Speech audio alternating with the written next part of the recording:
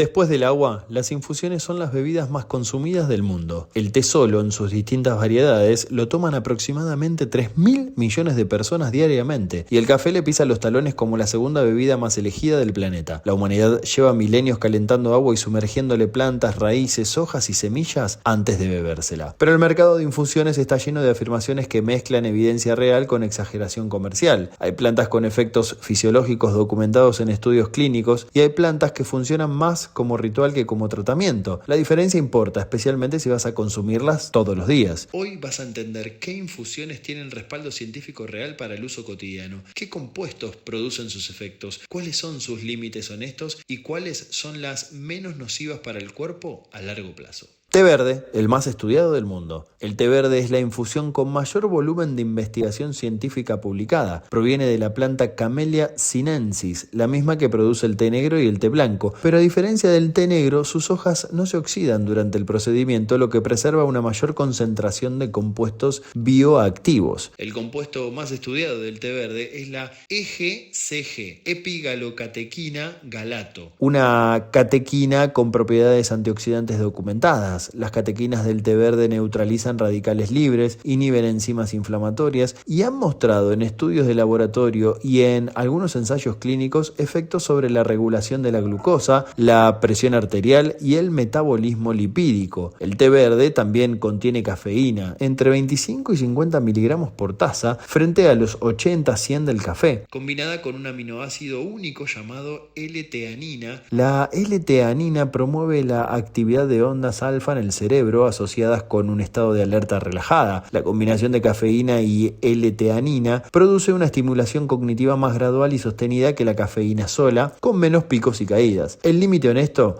la mayoría de los estudios con resultados más marcados usaron extractos concentrados de EGCG, no té verde preparado de forma convencional. Una taza de té verde tiene efectos reales pero modestos. El exagerado marketing alrededor del té verde como quemador de grasa no tiene respaldo proporcional en ensayos clínicos con personas. El té verde es como una dosis baja y constante de antioxidantes con un estimulante cognitivo incorporado. No es medicina, pero es una de las bebidas mejor documentadas del mundo. Si tuvieras que elegir una sola infusión con el mayor respaldo científico para el uso diario, el té verde gana por cantidad y calidad de evidencia. Café, el estimulante más estudiado del planeta. El café, hecho a partir de granos de Coffea arabica o Coffea robusta, es la fuente de cafeína más consumida del mundo y a la vez una de las bebidas con mayor cantidad de estudios epidemiológicos de gran escala detrás. No es solamente cafeína, contiene ácidos clorogénicos, un grupo de antioxidantes que en algunos estudios explican parte de sus efectos metabólicos independientemente del estimulante. El mecanismo de la cafeína no es dar energía, es bloquear la adenosina, una molécula que se acumula en el cerebro a lo largo del día y que al unirse a sus receptores genera la sensación de sueño y cansancio. La cafeína ocupa esos receptores sin activarlos y con la adenosina bloqueada, la dopamina y la noradrenalina circulan con menos freno. El resultado es más alerta, mejor concentración y en muchos casos mejor ánimo. Grandes metaanálisis que siguieron a cientos de miles de personas durante años asocian el consumo moderado de café entre 3 y 4 tazas diarias con menor riesgo de diabetes tipo 2, de enfermedad de Parkinson y de ciertas enfermedades hepáticas, incluida la cirrosis. Parte de ese efecto protector se mantiene incluso con café descafeinado, lo que sugiere que no todo depende de la cafeína, sino también de los antioxidantes que el grano aporta. La paradoja es la dosis y el horario. El mismo compuesto que te da claridad mental en dosis moderadas produce ansiedad, taquicardia e insomnio en dosis altas y genera tolerancia y dependencia con el uso diario sostenido. La cafeína tiene una vida media de entre 5 y 6 horas en el cuerpo. Ese café de las 5 de la tarde puede seguir ocupando receptores de adenosina a la medianoche, aunque sientas que te dormiste sin problema. El café no te carga de energía nueva, te tapa temporalmente el cartel de cansancio que tu cerebro ya había encendido. Usado con horario y dosis conscientes, es una de las bebidas con más beneficios metabólicos documentados del mundo. Usado sin límite, es la forma más común de robarle horas de sueño profundo a tu propio cerebro. El café no inventa energía, te oculta el cansancio por un rato.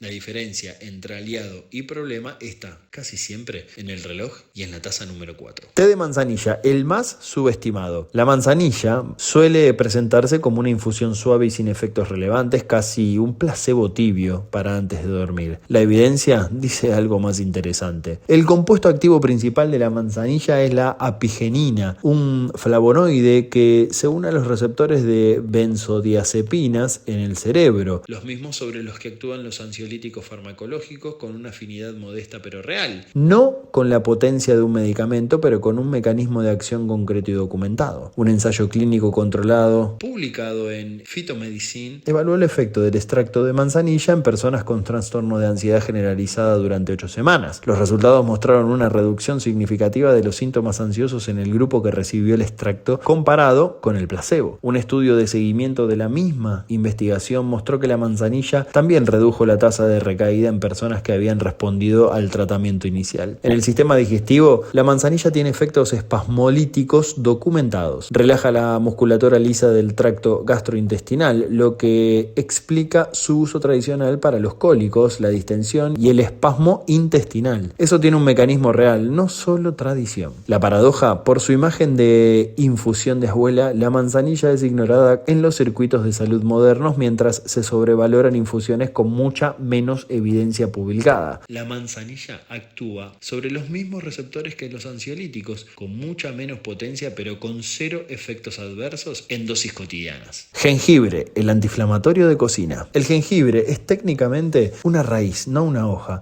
pero su infusión es una de las más consumidas del mundo y una de las mejor documentadas para aplicaciones digestivas y antiinflamatorias concretas. Los compuestos bioactivos principales son los gingeroles, presentes en el jengibre fresco, y los yogaoles, que se forman cuando el jengibre se seca o se calienta. Ambos inhiben las enzimas COX-1 y COX-2, que son las mismas enzimas que inhiben los antiinflamatorios no esteroides como el ibuprofeno, aunque con mucho menor potencia y sin los efectos adversos gastrointestinales de esos medicamentos. La aplicación con mayor evidencia clínica es el control de las náuseas. Múltiples ensayos controlados muestran que el jengibre reduce significativamente las náuseas en contextos de náuseas matutinas del embarazo, náuseas postoperatorias y náuseas inducidas por quimioterapia. Un metaanálisis publicado en Obstetrics and Gynecology, que analizó estudios con mujeres embarazadas, encontró que el jengibre es más efectivo que el placebo y con un perfil de seguridad adecuado en dosis convencionales. En la digestión, el jengibre acelera el vaciamiento gástrico, el tiempo que tarda el estómago en pasar su contenido al intestino, lo que puede ser útil en personas con sensación de plenitud, digestión lenta o gastroparesia leve. El límite en dosis altas, más de 4 gramos diarios, puede interactuar con anticoagulantes como la warfarina, potenciando su efecto. En uso cotidiano a dosis convencionales de infusiones, el riesgo es mínimo. El jengibre no es un remedio de fantasía, es una raíz con mecanismo antiinflamatorio concreto y una de las mejores evidencias disponibles para el control de náuseas. Menta y hierbabuena, el alivio digestivo más eficiente. La menta contiene mentol como compuesto activo principal y el mentol tiene uno de los mecanismos de acción más concreto y mejor documentados de todas las plantas de uso habitual en infusiones. El mentol activa los receptores TRPM8, canales iónicos presentes en las neuronas sensoriales que responden al frío. Eso produce la sensación de frescor característica, pero también a través de mecanismos sobre la musculatura lisa intestinal, un efecto espasmolítico real. El mentol relaja el músculo liso del tracto gastrointestinal, lo que reduce los espasmos intestinales, la distensión y el dolor abdominal funcional. El caso clínico mejor documentado es el del síndrome del intestino irritable. Un metaanálisis publicado en el Journal of Clinical Gastroenterology que analizó ensayos con aceite de menta piperita, la forma más concentrada del principio activo, encontró reducción significativa del dolor abdominal y de los síntomas globales del síndrome del intestino irritable, comparado con placebo. La infusión convencional tiene menor concentración de mentol que el aceite, pero el mecanismo opera en la misma dirección. Las vías respiratorias también responden al mentol, activa receptores que producen la sensación de mayor permeabilidad nasal, lo que explica el uso de infusiones de menta en resfriados, aunque sin descongestionar directamente los tejidos, sino generando la percepción de mayor apertura. La menta puede relajar el esfínter esofágico inferior, facilitando el reflujo gastroesofágico. Las personas con reflujo frecuente deben usarla con precaución o evitarla. La menta no es solo sabor, tiene un mecanismo de acción sobre el intestino que la convierte en la infusión más eficiente para el malestar digestivo cotidiano.